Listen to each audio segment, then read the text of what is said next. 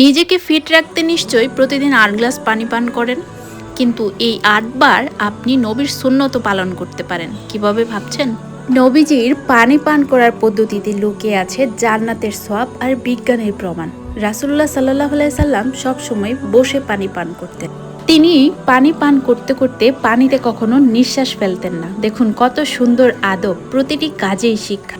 একসাথে পানি পান করলে পাকস্থলীর প্রেসার বেড়ে যায়, হজমে সমস্যা হয়, এমনকি কিডনির ক্ষতি পর্যন্ত হতে পারে।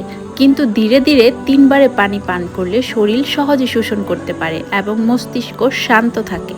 তিনি পানি পান করার সময় পানির দিকে তাকিয়ে আগে দেখতেন কোনো ময়লা আছে কিনা বা কোনো ক্ষতি হতে পারে কিনা। রাসূলুল্লাহ সাল্লাল্লাহু আলাইহি সাল্লাম বলেছেন, যে ব্যক্তি আমার উম্মতের মধ্যে বিভ্রান্তির সময় একটি ভুলে যাওয়া সুন্নত পুনরুজ্জীবিত করবে, সে পাবে ১০০০ শহীদের সওয়াব। চিন্তা করুন একবার।